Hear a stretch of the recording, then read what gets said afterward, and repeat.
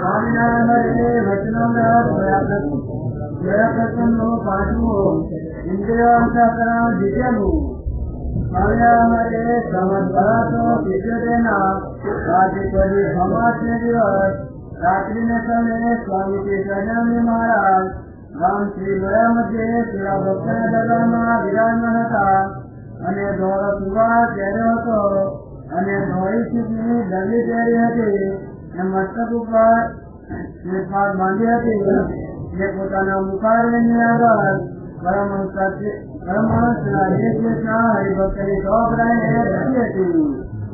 પછી શ્રીજી મહારાજે સર્વ પરમહંસે પ્રશ્ન પૂછ્યો છે, કેટલા સંકલ્પ કહેવાય ત્યારે નિષ્કલ્પ કહેવાય અને કેટલા સંકલ્પ ન કહેવાય ત્યારે ભક્તિ કહેવાય. પછી પરમહંસ છે એનો ઉત્તર ન થયો ત્યારે શ્રીજી મહારાજ બોલ્યા છે, પંચવર્તમાં સમજી પોતામાં કાશ્યપ હોય અને તે પોતાથી વિચારે કરીને કરતી ન હોય તો તે કાશ્યપ જેમાં ન હોય એવા જે સંત તેના આગળ કહેવું અને કોઈ સંત નો અવગુણ પોતાને આવ્યો હોય તો તે કહેવો અને ભગવાનના અનિશ્ચયનો ઘાત થતો હોય તો તે પણ કહેવો ત્યારે નિષ્કપટ કહેવાય. અને એ માયલો એક સંકલ્પ થયો હોય તેને જો સંતની આગળ ન કહે તો તેને કપટી જાણવો.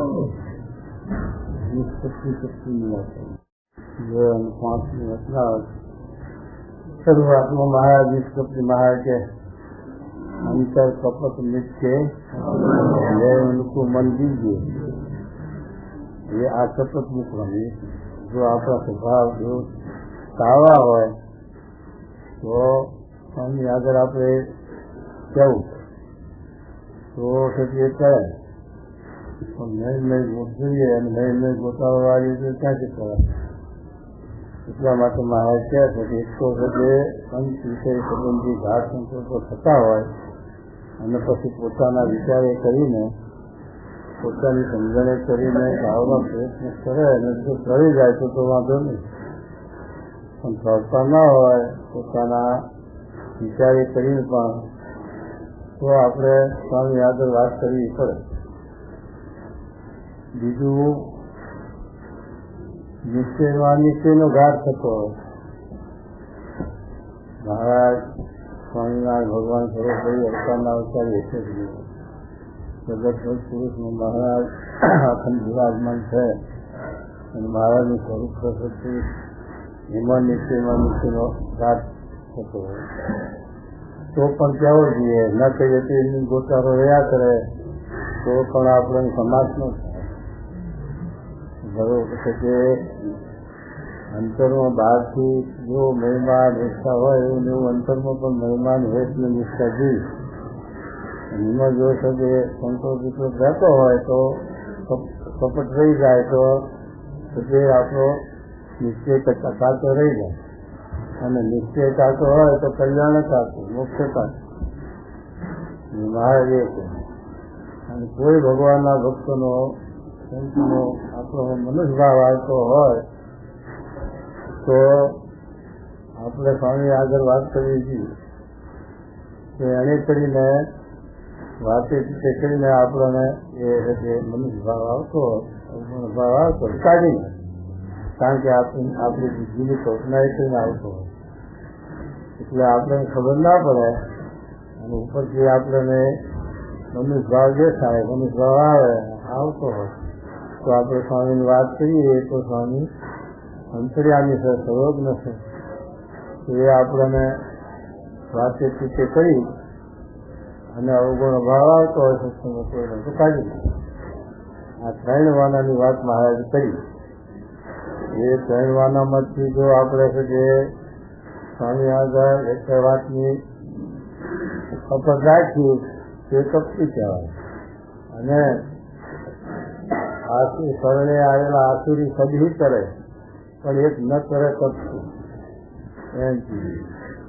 કારણ કે આસુરી ગમે તેવા હોય રોગનપદી કઠોપદી બુદ્ધોસુરુ માનભાઈ એવા બાપના પર્વતો હતા પણ ભગવાનના આગળ આવીને શરણે આવીને નિષ્કપટ થઈ ગયા તો ભગવાને એમનો ઉદ્ધાર કર્યો, મોક્ષ કર્યો.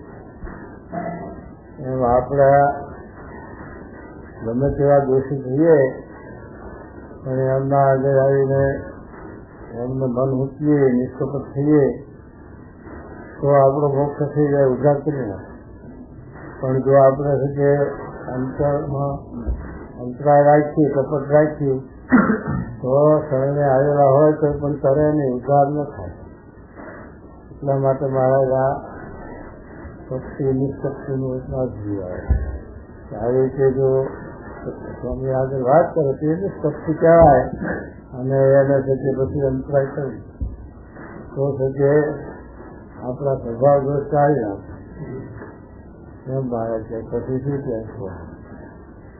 પછી વળી શ્રીજી મહારાજે પ્રશ્ન પૂછ્યો છે, એવો કપટી હોય ને તે લાયો હોય તેને કેવી બુદ્ધિ કરીને ઓળખવું? બુદ્ધિ વાળો હોય અને કપટ ન જણાવે છે તો એને ઓળખવાની શું નિશાની છે, એને કેવી રીતે ઓળખવો એ મહારાજ બતાવે છે. શું કહેવા ત્યારે એનો ઉત્તર પણ પરમહંસને ન આવ્યો.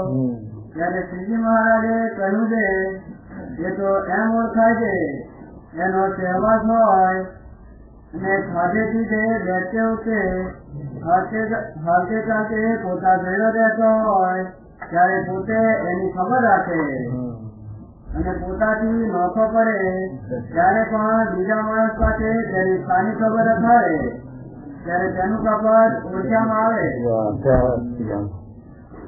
એને બેઠક ઉઠે સમજાય. જીવાળો હોય, ચાલાક હોય, ગમે તેવો હોય પણ બેઠક ઉઠેથી કવાઈ જાય એનું કપટ. એની બેઠક એવી હોય કુસંગી સાથે, ભક્તિ સાથે, મેલા સાથે, લેવાના સાથે એને બેઠક ઉઠ હોય એટલે કવાય. અથવા પોતાના ભેગા ન રહેતો હોય, દૂર રહેતો હોય, નોખો રહેતો હોય તો મારે કે બીજા પાસે બીજાને કહી દે ત્યાં બેઠક ઉઠે કેવી છે તમે ધ્યાન રાખજો તો ખબર પડે. એ વિના ખબર પડે અને કરાય નહીં. બુદ્ધિ વાળો હોય એટલે કે બે હાથે જે સારો માણસ હોય તો એને ઉપરથી બેઠક ગમે જ નહીં. વ્યવહાર પડ્યો હોય, કામ પડ્યું હોય તો એકબીજાને પછી બોલાવે કરે, વાત બધું થાય પણ મન તો ન જ મળે ને, બેઠક ઉઠક ન થાય. એના સાથે મન ન મળે અને મન મળે ત્યારે એનું સમજુ તો રુચિ ઉતરતી. મારા કે ધનવાળો હોય અને અધર્મીનો પક્ષ રાખતો હોય તો એ પણ અધર્મી શકી એમ. અને અધર્મી જેવો દેખાતો હોય પણ ધર્મવાળાનો જો પક્ષ હોય તો એને ધર્મવાળો જાણે એમ ગુણાતીશાળી. એ છે કે રુચિ ઉપરથી ખબર પડી જાય, પ્રવાસ ઉપરથી ખબર પડી જાય, બેઠક ઉઠક ઉપરથી ખબર પડી જાય. શું કહે મહારાજ? પછી વળી શ્રીજી મહારાજે પ્રશ્ન પૂછ્યો છે, દંભે કરીને વર્તમાન પાડે ને દંભે કરીને ભગવાન ને પોતે બુદ્ધિ વાળો હોય ને માની હોય એ પોતાના વર્તમાન ને પોતાના નિશ્ચય ને બીજાના સાચા વર્તમાન ને નિશ્ચય જેની આગળ અધિક કરી દેખાતો હોય ત્યારે તેને કેમ કરીએ કે એનો દંભે કરીને વર્તમાન ને નિશ્ચય છે. વર્તમાન પાડતો હોય શું કરવા? દેખાડવા પોતાના જીવમાંથી ના પણ ઉપર દેખાવ કરે અને બીજાના નિયમ વર્તમાન સારા હોય તો એને પાછા પાડે અને પોતાનું સરખી જ દેખાય. મારે જેવું કોઈ નહીં. એવું જે કે સરખી જ દેખાડે, પોતાનું વિશેષ વસ્તુ પ્રસાવે અને બીજાની ગૌણતા લાવે ત્યારે સારો હોય તો પણ એ કેવો છે? મહારાજ બોલો. ત્યારે એક પ્રશ્નનો ઉત્તર પણ પરમહંસ વચ્ચે ન થયો. ત્યારે શ્રીજી મહારાજ બોલ્યા છે, એની પ્રતિષ્ઠાનો ભંગ થાય ત્યારે એનો દંભ કરાય. જો દંભે તેમ કરતો હોય પછી એનું માન અપમાન થાય તો એનો દમ કવાઈ જાય છે, પાછો પડે. એને છે જે માન અપમાનમાં એનું પછી ઉગાડ થઈ જાય. પેલો માન અપમાન થાય જે ગંભો કરી આવતો હોય એ ન સહન કરી શકે. અને સાચા જેના વર્તમાન નિયમ હોય એ નામ સહન શક્તિ હોય, એ સહન કરે.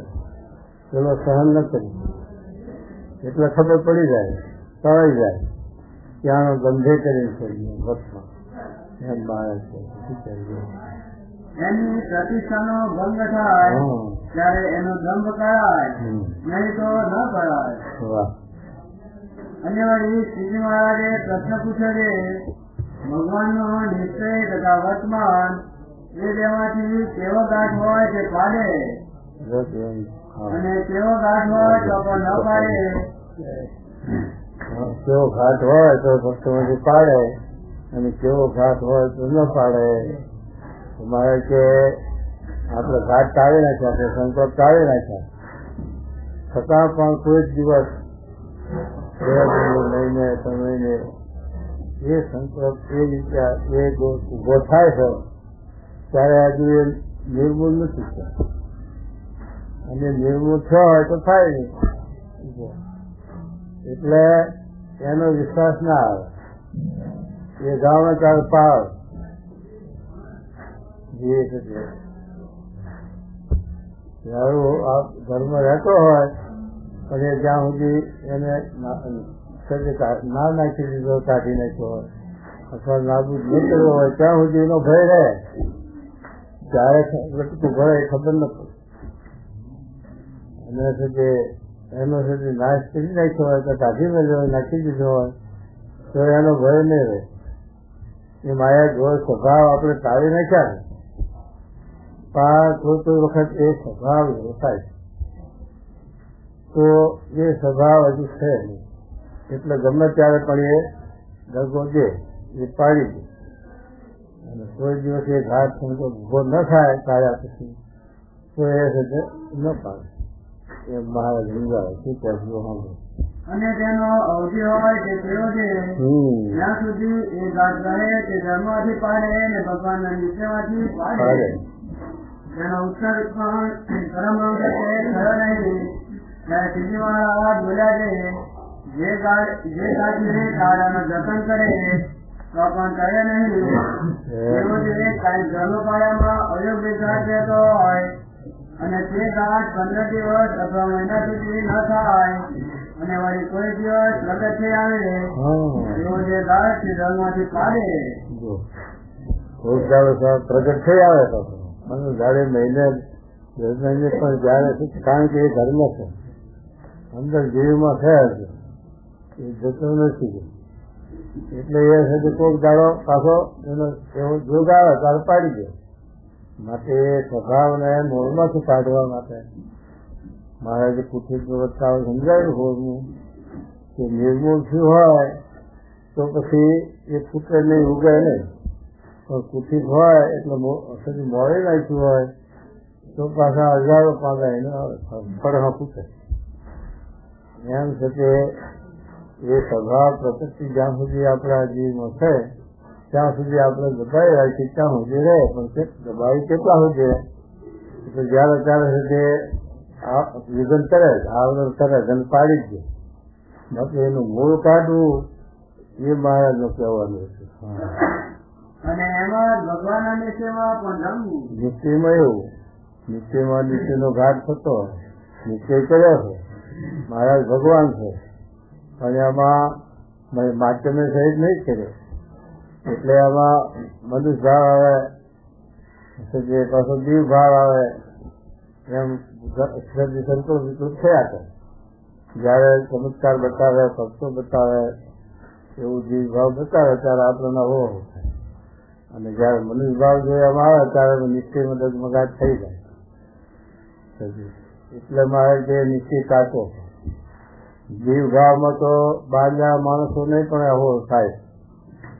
અને સુધી એને પણ સમજાય કે ભગવાન, પણ મનુષ્ય એવી રીતે કરે ત્યારે ભક્તને જ નિશ્ચય રહે, ને કે બીજાને રહેવા કઠણ થાય, બીજાને નિશ્ચય ના રહે. માટે ભગવાનના ભક્ત હોય અને જેને ભગવાનનું મહિમા એ સહિત માતૃ જ્ઞાનેથી નીચે હોય તો એને સાથે પછી ડગમગાટ ના થાય. અને માચમ સહિત માચમ વિનાનો નીચે હોય એને સંકલ્પ વિકલ્પ થાય, મનુષ્ય ભાવ આવે, આંબા ક્ષેત્રનો મનુષ્ય ભાવ આવ્યો પછી મુક્તાનું સ્વામી કાઢી નાખ્યો. ધ્યાન સાથે જન્માને કૃષ્ણ ભગવાનના વિશે જો મનુષ્ય ભાવ આવ્યો તો સાથે એને પણ સ્થિતિએ કરીને પાછો ગુવાવ્યો એ નથી. આમ દરેકને મનુષ્ય ભાવ આવી નિશ્ચય જીવમાં જો ના આવે તો શું કહેવું. અને જે ઘાટ થયો તેને વિચારે કરીને ટાળી નાખે ને પાછો ફરીને તે ઘાટ થાય નહીં. એવો જે ઘાટ છે એ ગામથી પાડી શકે નહીં. એટલા પાડે નિર્મૂળ થયો ને ઘાટ સંકોચ થઈ ગયા, નિર્મૂળ થઈ ગયા અને એક સાથે માતૃ જ્ઞાને થઈ જીવમાં નિશ્ચય થઈ ગયો પછી એને દેશકાર ન લાગે, સત્તો ન લાગે અને બીજાને જરૂર લાગે. આ બધા સત્સંગમાંથી હરિભક્તોને શું કેટલાય વખતથી સત્સંગમાં રહેતા હોય અને આ સત્સંગના સત્પુરુષની વાતો સાંભળતા હોય કોઈ પણ ધક્કા લાગે છે ને, કોઈ પણ સ્વામીમાંથી મન માવું પડે, એ તો શું થાય સત્સંગ પડી જાય, પાછા પડે છે. એનું શું કારણ છે? માતૃ જ્ઞાન છે જીવમાં આવો દર્દ નિશ્ચય નથી થયો એટલે દેશ કાર્ય કરીને સુધી મનુષ્ય ભાવ આવે, અવગુણ ભાવ આવે, પાછો પડી જાય. અને જો જીવમાંથી આ પાકો નિશ્ચય થયો હોય માતૃ જ્ઞાની થયું તો પછી એને ભય નહીં, એને પડવા વખત નહીં, એને દેશ કાળ પ્રસંગ લાગે જ નહીં. તો મહારાજે લોયાનું પ્રશ્ન જે કીધું ને, સાચો પોતો હરિભક્ત હોય એને મન ડગમગાટ કરાવે, પ્રસંગ ડગમગાટ કરાવે. પણ જે પાકો હરિભક્ત હોય તો મને પુષ્ટિ કરે ને કુસંગ પુષ્ટિ કરે, પણ એને પાડવાનું મારી વાત ના આગળ કરવા સમર્થન ન થાય. પાકો નિશ્ચય જો હોય એનો પાકો નિશ્ચય જ કરવો, ડર નિશ્ચય કરવો. પછી એમાં ક્રોધ વૃદ્ધિ પ્રમાણે જ્યાં સુધી નીતિમાં ડગમગાટ રહે ત્યાં સુધી એ જીવ વૃદ્ધિ પામે નહીં. શું કહેવું મહારાજે? અને વળી શ્રી મહારાજે પ્રશ્ન પૂછ્યો કે સત્સંગમાં જળ પાયો તેનો થાય ને તેનો ન થાય. સત્સંગમાં જળ પાયાની વાત કરે. અત્યારે પાયો કોનો થાય? જેમ સુધી આપણે મકાન કરીએ પણ આપેલું નવું મકાન કરી કેવું કર્યું છે ને એ જ લેતા લોટ ધૂન સિમેન્ટ દાગેલું અને ઉપર આ કામ કર્યું. હવે પછી ગમે તેટલો વરસાદ ને વાવાઝોડું ને ભેજ થાય તો એ મકાનને કઈ પાછું વાંધો આવે? કાચો પાયો છે અને કાચો પાયો હોય અને ધૂળથી ચણેલો હોય ને એટલે પાયો કાચો હોય તો ઉપર ગમે તેટલું તમે મજબૂત કરો તોય પણ એટલું પડે. જ્ઞાન સત્સંગનો પાયો અત્યારે કોનો કહેવાય? કે જેને આ સત્સંગનો જીવમાં મહિમા સમજાણો હોય, ભગવાનનો મહિમા સમજાણો હોય, સત્પુરુષનો મહિમા આપણને સમજાણો હોય અને એમાં દર્દ નિશ્ચય થયો હોય અને પછી સત્સંગમાં તો લક્ષાવધિ મનુષ્ય અને સત્સંગ તો સમુદ્ર છે મોટો, તો એમાં આપણને મનુષ્ય ભાવ ના આવે તો આપણી દ્રષ્ટિ ક્યાં છે? ભગવાનમાં. જ્યાં જુએ ત્યાં રામજી જીજુ ને પાસે પછી આપણી દ્રષ્ટિ ક્યાંથી દોષ દ્રષ્ટિ થાય? પછી આપણને સત્સંગમાંથી પડવા વખત ના આવે. જ્યાં સુધી આપણને જીવમાં આટલું ઠીક છે ને આટલું અઠીક છે ને પછી હારું સત્સંગ બધો પૂછી ગયો છે બધા સત્સંગમાં બગડી જાય છે તો આપણે બગડી ગયા, તો આપણું એ પતશે અને આપણે લાય. કારણ કે આપણે જે આવી રીતે જીવ દ્રષ્ટિ થઈ હોય અને ભગવાન આકાર દ્રષ્ટિ થઈ હોય તો એ પછી જોયા ના આવે. મહારાજે સ્વામીના વચનામાં સત્સંગમાં છેલ્લો શબ્દ લખ્યો તો આનો તો ન ઘટે એવો સ્વભાવ સત્સંગમાં.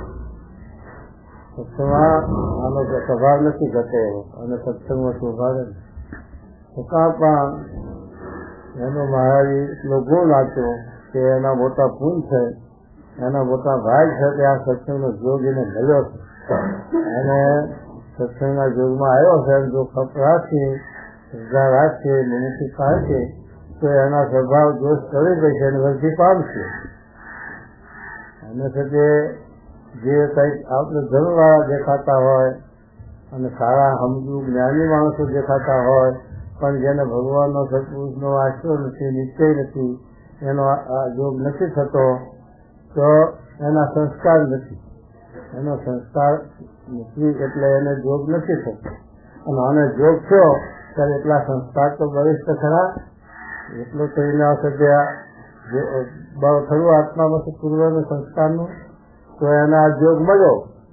પણ એના સ્વભાવ પ્રકૃતિ દોષ છે કે જેમ કે પાછી કોળીનું વચનાવટ લખ્યું કે પાછી આવ્યા, કોળી આવ્યા અને જીતાય નહીં, અને સાથે વાડિયા બ્રાહ્મણ આવ્યા હોય તો જીતી જાય. એમ સાથે પૂર્વના સંસ્કાર એટલા બધા બરિષ્ઠ ન હોય, ઇન્દ્રિયો અંતરનું બળ હોય, તો ઘાટ સંકલ્પ થવે નહીં, એકદમ સ્વભાવ થવે નહીં, દોષ એકદમ થવે નહીં. પણ એને શ્રદ્ધા છે, મુમુક્ષુતા છે, ખપ છે, આ રૂચિ હારી છે, તો એના સ્વભાવ પ્રકૃતિ દોષ કરશે. માટે રૂચિ સારી હોય તો એના વિશે આપણને મનુષ્ય ભાવ ના આવે, અવગુણ ભાવ ના આવે. અને રૂચિ જ ઉતરતી હોય તો એનો ઉપાય નથી થતો. તો મારા શું કહે છે કે સત્સંગમાં ગુણ ગ્રાહક, જેમ ગુરુ દત્તાત્રેય હતા, એને દરેકનો ગુણ લીધો વસ્તુ માત્રનો, કારણ કે વસ્તુ માત્રમાં ગુણ દોષ રહેલા. પણ જો એમની દ્રષ્ટિ ગુણ ગ્રાહક હતી તો ગુરુનો ગુણ લીધો. અને એ રીતે જેનો ગુણ લીધો છે એ કોઈ વસ્તુ ગુરુ તરીકે માન્ય નથી અને સર્વગુણે સંપન્ન નથી. અને એનામાં શું ગુણ જ લેવાનો, એમાં જીવ જોડાય નહીં, આત્મબુદ્ધિ ન થાય. આપણા બધામાંથી તે ગુણ લઈએ તો આપણામાં 100 ગુણ ભેગા થઈ જાય. પણ આમાં આત્મબુદ્ધિ કરવાની નહીં. આત્મબુદ્ધિ તો સર્વગુણે સંપન્ન હોય, એમાં આત્મબુદ્ધિ હોય. અને ગુણ ગ્રાહક તો બધાએ નાખવું, દરેક માંથી ગુણ લે. અને જીવ બાંધવો તો ગુણાતીત પુરુષ સ્વામીનું બાંધવું. આમ બહાર સમજાવે શું કહે છે જો આમ. પછી એનો ઉત્તર પણ પરમહંસે ન આવડ્યો ત્યારે શ્રીજી મહારાજે કહ્યું કે જેમ દત્તાત્રેય પંચભૂત ચંદ્રમાં પશુ રેસ્યા કુમારી પોતાનો દેહ ઇત્યાદિ સર્વેમાંથી પણ ગુણ લીધા, એ રીતે સંતમાં જેને ગુણ ગ્રહણ કરવાનો સ્વભાવ હોય તેનો સત્સંગમાં દ્રઢ પાડે છે. ગુરુ દત્તાત્રેય આ 24 ગુરુ કર્યા અને 24 ગુરુમાંથી શું ગુણ લીધા એ આ ભાગવતમાં એકાદશમી સ્કંદમાં મહારાજે સમજાવ્યું છે. અને એમાં 7, 8 ને 9 3 અધ્યાય છે એકાદશમી સ્કંદ. એમાં 24 ગુરુના બધા છે જે ગુણ લીધા એ વાત કરી દેના સમજાવી કે શું ગુણ લીધા એ જોઈ વાંચી તો ખબર પડે કે એનાથી શું ગુણ, કેવી રીતે ગુણ લીધા છે એ ખબર પડે. અને 3 અધ્યાય છે એમાં 24 ગુરુ કયા ગુરુ દત્તાત્રેય એ વાત લખી દીધી. અને એ રીતે જો એમને ગુણ ગ્રાહકની દ્રષ્ટિ હતી તો પોતે ગુણનો ભંડાર ત્યાં ગુરુ થઈ ગયા. આપણે ગુણ ગ્રાહકની દ્રષ્ટિ હોય તો સત્સંગમાં તો પાયો થાય અને આપણામાં ગુણ સાથે વૃદ્ધિ પામે. તો શું કે મહારાજ, અને જેને સંતમાં ગુણ લીધાનો સ્વભાવ ન હોય એ તો સત્સંગમાં રહે છે તો પણ એનો દ્રઢ પાયો નથી. જો દ્રષ્ટિ થાય તો પડી જાય, સત્સંગ પાછો પડી જાય. એને બધામાં પછી છે ભગવાન સુધી, સ્વામી સુધી મનુષ્ય ભાવ આવે પછી, અને પછી એ પડી જાય. કારણ કે એમાં એવી દોષ દ્રષ્ટિ થઈ કે દરેકનો દોષ લેતે લેતે ભગવાન સુધી પહોંચે, સ્વામી સુધી પહોંચે. પછી એનું પતન પડી જાય છે, પછી અધોગતિ જાય. એટલા માટે એ સતી સ્વામી કે એ બાયું જ બંધ થઈ, એ મારે જ બંધ જોગી બાપા કહેતા દોષ લેવો, અવગુણ લેવો પોતાના દેહ નો લેવો, પણ ભગવાનના ભક્તનો ન લેવો. એમ પછી વળી શ્રીજી મહારાજે પ્રશ્ન પૂછ્યો છે સંત તથા શાસ્ત્ર એવા પોતાનો વિચાર એ ત્રણ હોય ત્યારે અતિશય ઇન્દ્રિયથી થાય કે એમાંથી એક હોય તો પણ જીતાય. જો આવો પ્રશ્ન છે. શાસ્ત્ર, સત્પુરુષ અને સદવિચાર આ ત્રણમાંથી એક હોય તો આપણે આ સ્વભાવ ઇન્દ્રિયો અંતરને જીતાય તો નહીં, અને જીતાય તો કેવી રીતે, અને ન જીતાય એ ત્રણમાંથી આપણે શું અપેક્ષા રાખી, એ ત્રણમાંથી કેવી રીતે આપણે શું લેવાનું. જો ત્રણની જરૂરિયાત છે તો પછી ત્રણમાંથી આપણે કેવી રીતે સમજવું એ પ્રશ્ન છે. એ મહારાજ સાથે આ પ્રશ્ન સમજાવે છે આપણે કે ત્રણની અપેક્ષા એટલા સત્પુરુષ નહીં.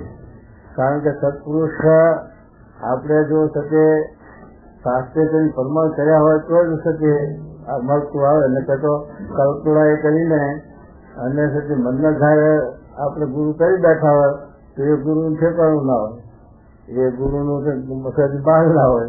પણ શાસ્ત્ર છે જે પ્રમાણ કરી આપે. શાસ્ત્ર છે એની અંદર ભગવાનના સત્પુરુષના ગુણ લક્ષણો લખ્યું છે. એટલે મહારાજ કહે શાસ્ત્રની પણ જરૂર છે, સત્પુરુષની પણ જરૂર છે. કારણ કે શાસ્ત્રના શબ્દો છ હોય એ પાછા સમજાય નહીં લેવાય, બે વાત આવે.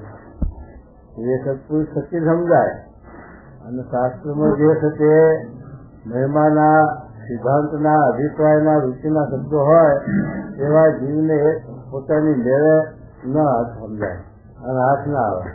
એટલે જયારે સત્પુરુષ પ્રગટ થાય ત્યારે શાસ્ત્રમાંથી, એટલા માટે મહારાજે જે શાસ્ત્રી કરી 13મું લખ્યું અને શૈલાના 27 શબ્દ લખ્યું કે નિર્લોભ નિર્વાણ એવા સંત એના એટલે કરીને એમાં લખ્યું. અને આમાં શાસ્ત્રી કરીને લખ્યું કે નિશ્ચય કરવો એ શાસ્ત્રી કરીને થાય એ જ રીતે કોઈ દાડો પાસે પડે નહીં. કારણ કે શાસ્ત્રમાં એવું કોઈ ચરિત્ર નથી કે ભગવાન શાસ્ત્ર બારું કરી શકેલું હોય, એમ થતી વાત સમજાય. એટલે શાસ્ત્ર છે એ આપણે એ પણ સત્પુરુષ શક્તિ સમજાય તો એ સત્પુરુષમાં મહારાજ લખ્યું વડતાલનું 11મું કે બ્રહ્મરૂપ થયા વિના સત્પુરુષનો મહિમા સમજાય નહીં, અને સત્પુરુષનો મહિમા સમજ્યા વગર બ્રહ્મરૂપ થવાય નહીં તો શું આવ્યું વિરોધ કર્યો કહો. તો મહારાજ સત્પુરુષનો કીર્તિ કરો એટલે થોડે તમારે જ્ઞાન થતું જશે, એમ થશે સત્પુરુષનો મહિમા સમજાતો જશે અને બ્રહ્મરૂપ થવાશે અને ભગવાનનો સાક્ષાત્કાર પણ થશે, મહિમા સમજાય. પણ એમાં નિહારમાં બેઠા વગર એકલો ભૂત ક્યાંથી આવે છે?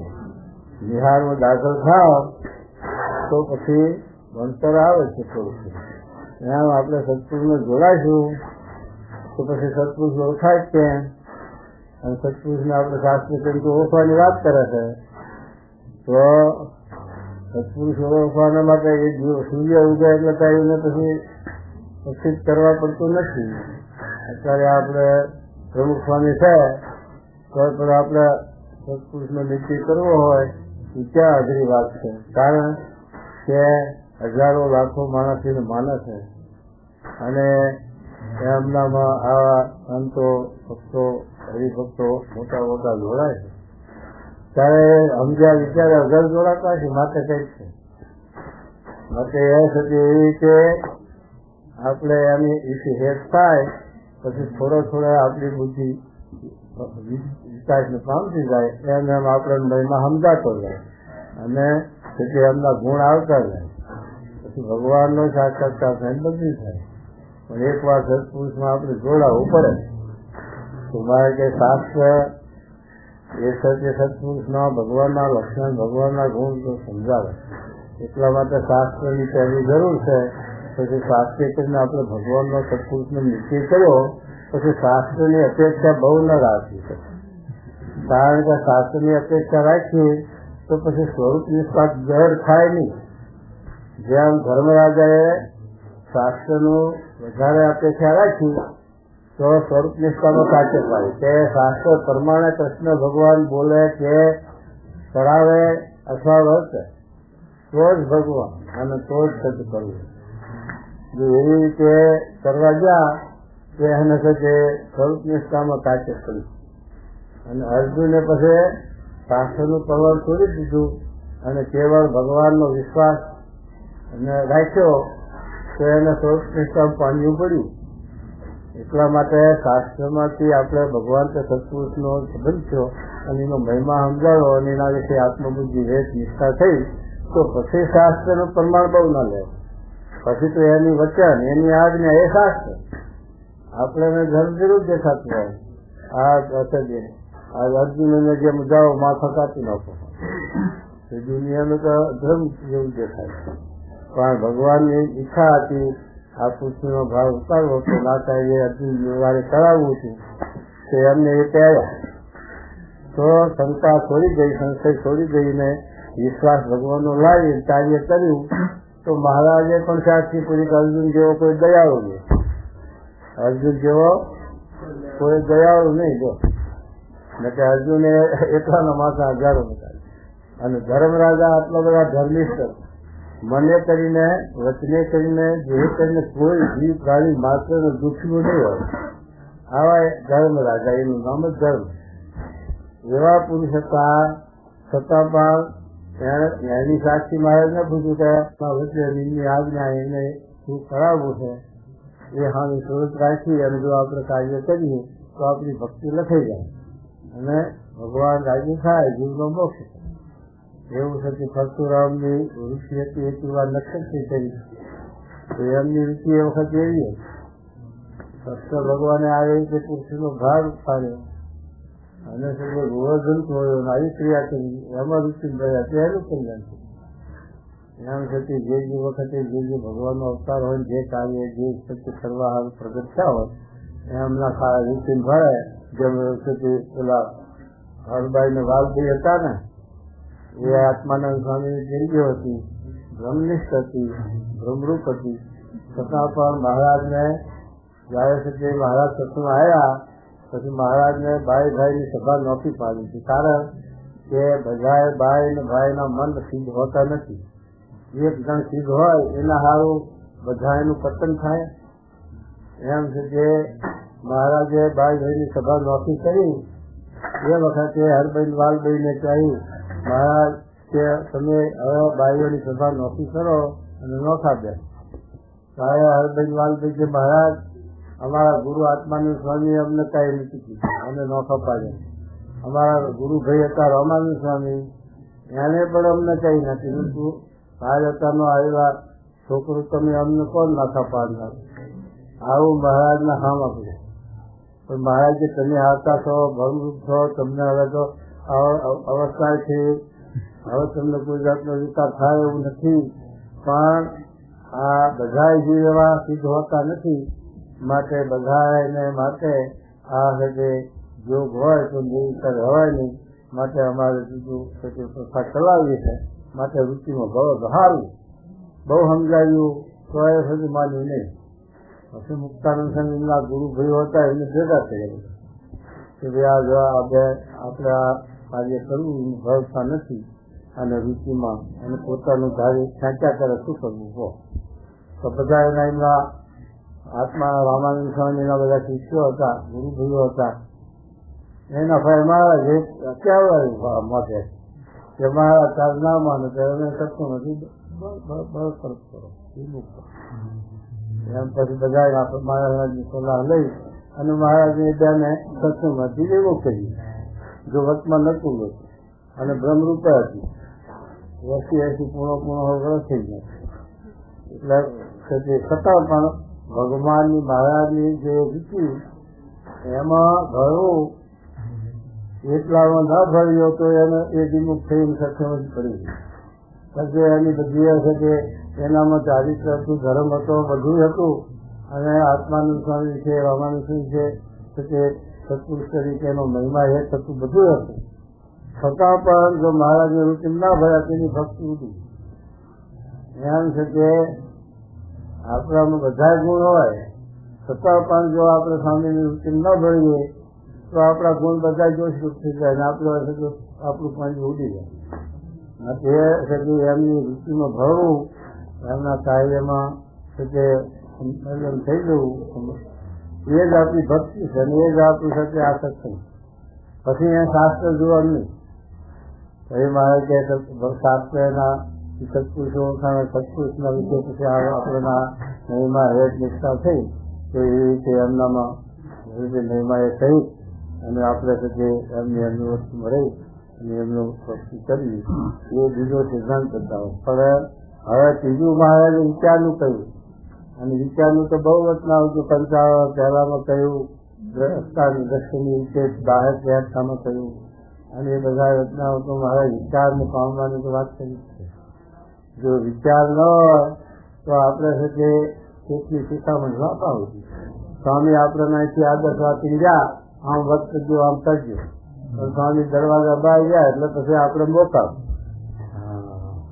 પછી શકે ગુરુ બીજા ગામ અને આપણે અહીં મોકલશું એવું થાય. તો એમ છે માત્ર છે વિચાર ન પામવું કે આપણને સ્વામીએ જે આદર્શ કાઢ્યો એમાંથી એમને કઈ સ્વાર્થ નહીં, પણ આપણા જીવના કલ્યાણ માટે, ગુરુના મોક્ષ માટે, આપણા આત્માના રૂડા માટે આપણને આ આદર્શ કાઢ્યો છે. આ રસ્તો ત્રીજો છે તો આપણે ખટકો રાખી એ પ્રમાણે વર્તવું, એ પ્રમાણે જીવનમાં ઉતારવું એ આપણું કામ છે. એ પછી ભગવાન ન કહે છે. પેલા કે ના હોય બાબાજી એકાંત પછી મહારાજ જમશો કાંઈ કે રામજી રામજી ઉતર આ નહીં મહારાજ બોલતા હોય લાવો ને આપણે લાવીએ ખાવા લઈ જઈ છે. મહારાજ ચાલો ઘેર ગાડી બેહવા રામજી રામ ઉપાડીને નહીં બેહાય એમ કરતા કરતા ઘેર લઈ ગયા. પછી ભાણું પીઠ ખાવાનું મહારાજ જમો કે રામજી રામ ઉતર મહારાજ નહીં બોલતા નહીં ખાતા લાવ કોળીએ નહીં મોઢમ કોળિયા હું જીમેલી મહારાજ હવે ઉતારો કરો જમો કે રામજી રામ. એટલે હવે પણ ક્યાં સુધી રામજી રામજી, હવે તો ધોકો લાવો મોટામાં ગાલીને હલાવી જાય નહીં એમ છે સુધી રામજી રામજી. એમ આપણે છે તે બધું સ્વામી કરી દે છે. સ્વામી કરી દે એમ ના થશે. લખોપતિ હોય, શેઠી હોય, રાજા હોય એને તો હજારો નોકર, હજારો ચાકર હોય. જે તે આમ કામ કરી દે, જા ઢોલજો પાછી કામ છે, પણ જા મારી વચ્ચે ખાઈ દે એવું કહેવાય ખરું? એ ચાલે? મારી વચ્ચે તું ખાઈ દે ના, એ તો એને કરવું જ પડે. પછી બીજું નાવાનું થાય ત્યારે એમ કે નોકર તું મારા હાથે લઈ દેતા એ ચાલશે? એને જવું જ પડે સંધા, નાવું જ પડે. એ બે ક્રિયા કોઈ ના કરી, રાજા ને કે શેઠ ને, લખોપતિ હોય નહીં, હજારો નોકર હોય નહીં. એમ આપણે મારા છે અને ભગવાન ભજવા અને દેવરાજને કહું એ કઈ ભગવાન સત્પુરુષ કરી દે એ આપણે જ કરવું પડે ને. એમાં એટલું ના કરી તો પછી ભગવાનની ભક્તિ, ભગવાન ક્યાંથી કૃપા કરે, ક્યાંથી રાજી થાય? તો બધું ભગવાન માથે નાખીએ તો એમાં ભગવાન પછી રાજી ના થાય ને પછી રામજી રામજી જેવું છું ને. એટલા માટે મારે કહે વિચાર છે એ પોતાનો ગુરુ છે સાચો. વિચાર હોય તો જ જીવ સચિવતી પામે. મોટા પુરુષો આપણે તેજી ગયા થઈ ગયા પછી આપણે જીવનમાં ના ઉતારીએ, એના ઉપર આપણે જ્યાં વિચાર ન કરીએ તો આપણે એ જીવનમાં એ ક્યાંથી વર્તન ઉતરે અને સ્વામી ક્યાંથી રાજી થાય.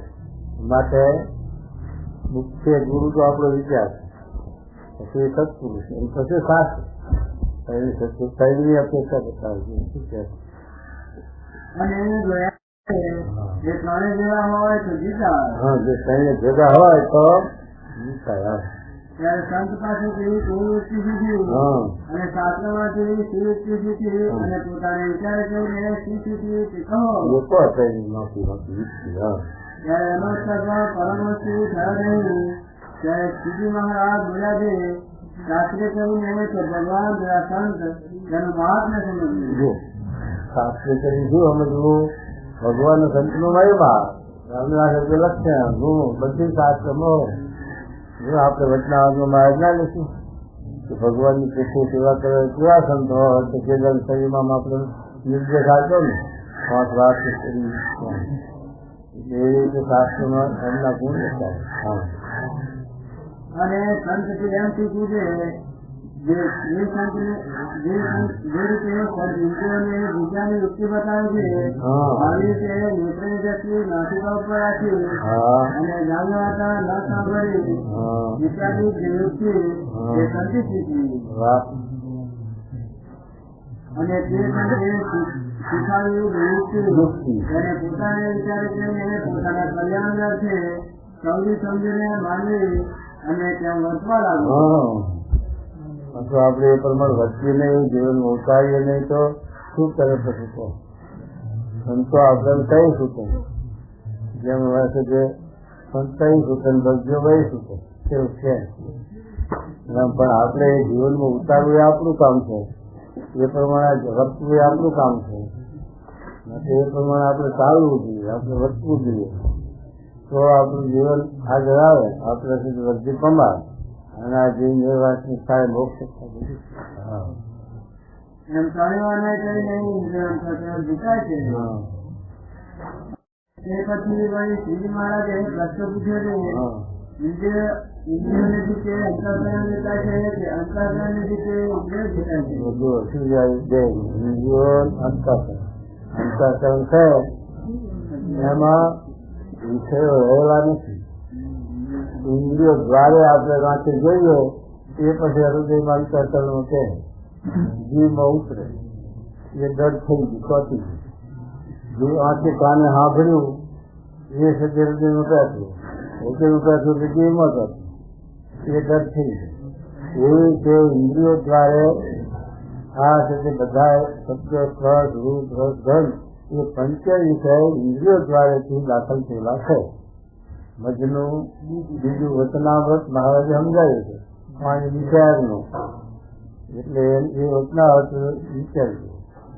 અને એવી રીતે ઇન્દ્રિયો દ્વારા આ બધા ક્યાંથી છે, એટલે ઇન્દ્રિયોનો પહેલા નિયમ કરવો અને એ ઇન્દ્રિયોના બારા બંધ કરવો, જોવું નહીં, સાંભળવું નહીં, બહાર જગતના શબ્દો, જગતના રૂપ એ જોવું નહીં, સાંભળવું. એ રીતે આપણે ઇન્દ્રિયોના બારા બધા બંધ કર્યા. પછી આત્મામાં જીવમાં અંતઃકરણમાં જે જગત તે પહેલાનું ભરાઈ ગયું છે એને આત્મજ્ઞાન કરીને ભગવાનના વાચન કરીને એને ટાળી નાખે અને પછી આત્મા પરમાત્માનું જે જ્ઞાન એને કરીને જીવમાં પૂરણ રહેવું તો પછી જગત કહેવા પાછું ફેરથી પામે નહીં.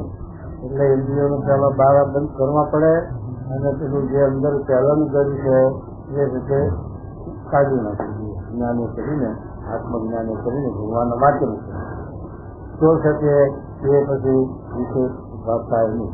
નકર તો ઇન્દ્રિયોના બારા મોકરા હોય ને આપણે ગમે તેટલું જ્ઞાન ગમે તેટલું લેખીએ તો પાછું આવીને ભરાય. શું કહેજો? પછી એક લક્ષણનો ઉત્સાહ પણ પરમહંસને ન આવ્યો ત્યારે શ્રીજી મહારાજે કહ્યું કે બાહ્ય ઇન્દ્રિયોને દેહ ગમને કહીને શીખે. ઇન્દ્રિયોને દેહ ગમને કહી શીખે. દેહ ગમન શું છે? હા, આપણે નિયમ પાડ્યો આંખે જોવું નહીં, કાને સાંભળવું નહીં, સાંભળાય કેવું કરી બધું કાયણા પાયણા અને એવું બધું કાયમનો આપણે સંયમ હોય આપણા દેશને કે ઉન્નતિ ના આવે, ઇન્દ્રિયો બહાર મુક્તિ ના થાય એના માટે જો આપણે સંયમ પાડીએ, નિયમ પાડીએ તો પછી જગત નહીં કરવા પામે નહીં. શું કહેજો? બાહ્ય ઇન્દ્રિયોને દેહ ગમને કહીને શીખે અને દેહ ગમને કરીને બાહ્ય ઇન્દ્રિયો દુકાની હોય તો પણ સંતોષના નિયમમાં ધ્વજ થઈને રહે.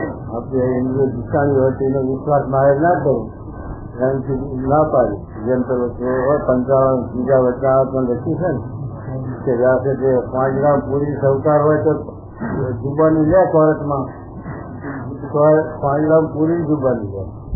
એમાં ઇન્દ્રિયો પાસે આપણા ભક્તિનું કામ લેવાનું, તથા કીર્તન, સેવા, સમાગમ બધું કામ લેવાનું, પણ એને 5 ગ્રામમાં રાખીને કામ લેવાનું. એને વિશ્વાસ રાખીને કામ નહીં લેવાનું કે એનો વિશ્વાસ ના કરવાનો કે પછી ગમે ત્યાં બહુ કંઈ ફરતી હોય તો વાંધો નહીં, આમ નહીં. એ તો આપણે શું કે મહારાજ જે નિયમો બાંધ્યા સંતરત્માન સંબંધી એ નિયમોમાં રાખી અને નિયમોમાં રહી અને જે ભક્તિ સેવા થાય એ કરવું પણ નિયમ લોકોને કોઈ કાર્ય કરવું નહીં. મહારાજ અને જે પ્રમાણે કરીને બાહ્ય ઇન્દ્રિયો જીતાણી હોય તો પણ સંતોષ સામાન્યમાં રસ લઈને રહેતો હોય તો બાહ્ય ઇન્દ્રિયો જીતે કરીને અંતઃકરણ જીતાય. બહાર ઇન્દ્રિયો જીતે અને અંતર નિષ્કુળ એનો પ્રશ્ન છે. મહારાજ એમ વૈરાગ્ય કરી રહ્યા છે તેનું બધું કોઈ પાસે મહારાજ ના પડે. વૈરાગ ક્યારે હોય પણ જો નિયમ ના હોય તો વૈરાગ નહીં જાય. આપણે વૈરાગ હોય 5 નો જોગ રાખીએ, પૈસાનો જોગ રાખીએ અને જગતના પંચનો જોગ રાખીએ તો એ વૈરાગ આપણો કેટલા દિવસ થશે, ક્યાં સુધી રહે, દરેક આવે છે ન રહે. એટલા માટે મહારાજ વૈરાગ કરતા પણ નિયમ રીતે ઘણા ક્ષેત્રે મહારાજે આ વાત નિયમની વધારે ભાર આપતો.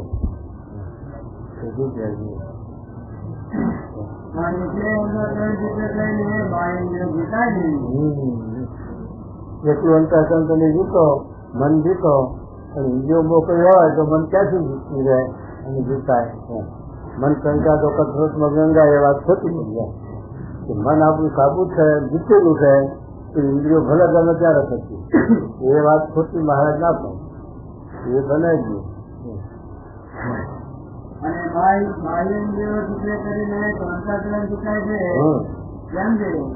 જો બાહ્ય ઇન્દ્રિયોને જીતે અને વિષયમાં રહે નહીં તો અંતઃકરણ મારી પાસેથી નિરાશ થઈ જાય છે. નિરાશ થઈ આ દિવસે આ વાત બનવાની નથી. આપણે બંને છે. આપણે સંતોષ થાય છે સિનેમા હારી આવી જોવાથી ત્યાંથી નિરાશ થઈ જગ્યાએ અમારા જ આપણા માટે હવે બનશે એટલે એમાં સંતોષ જ ન થાય. થઈ ત્યાં માર્ગે આપણે જવાય છીએ.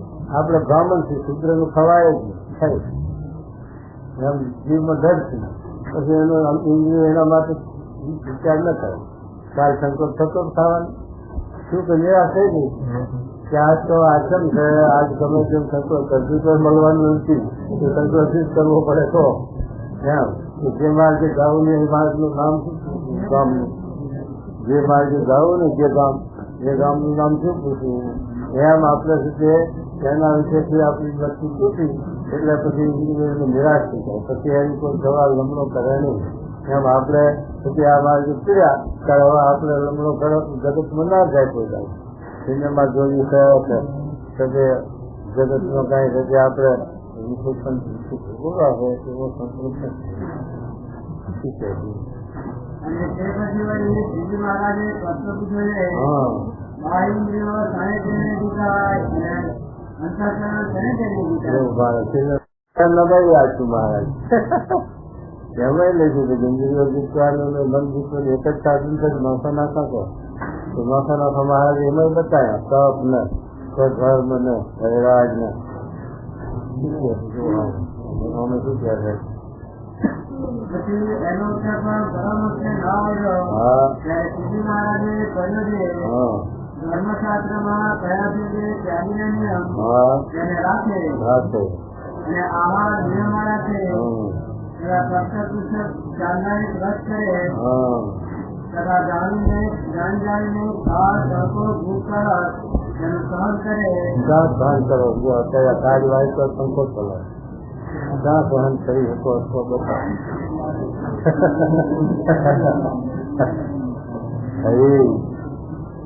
અને ભગવાન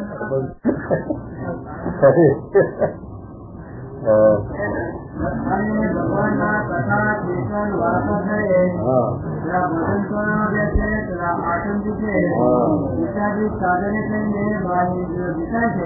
બાર ઇન્દ્રિયો જીતવાનું બધું બતાવે. અને ભગવાનના મહાત્મ્યનો વિચાર આપની સંતતા બધું કરવું સાચે કરવું સાચે જ જીતી જાય. અને એવું કીધું કાનની સંતતા શું કરવું જીતી જાય. આ બધું એમ છે કે બતાવીએ અને પછી અને ભગવાનના મહાત્મ્યનો વિચાર ભગવાનના મહિમાનો વિચાર કરો. ભગવાનનું ધ્યાન આત્મનિષ્ઠા અંતઃકરણ જીતાય છે. અંતઃકરણ જીતવાનું ભગવાનનો મહિમા ભગવાનમાં નવતા ભક્તિ, ભગવાનની લીલા કરી એમાં મનને પૂછવું તો મન તો અંતરકરણ એક જ છે. અંતરકરણ એટલે મન, બુદ્ધિ, ચિત્ત ને અહંકાર ચાર મળીને અંતર. ત્યારે એક જ મન અંતરકરણ અને એના ચાર ક્રિયા બીજી બતાવી એને લઈને ચાર વિભક્ત થાય. મન મનન કરે, ચિત્ત ચિંતન કરે, બુદ્ધિ નિશ્ચય કરે અને અહંકાર કરે. જે નિશ્ચય કર્યો, બુદ્ધિએ નિશ્ચય કર્યો એનો પછી અહમ. આ વસ્તુ આ બહુ સારી દસ કરી એ રામ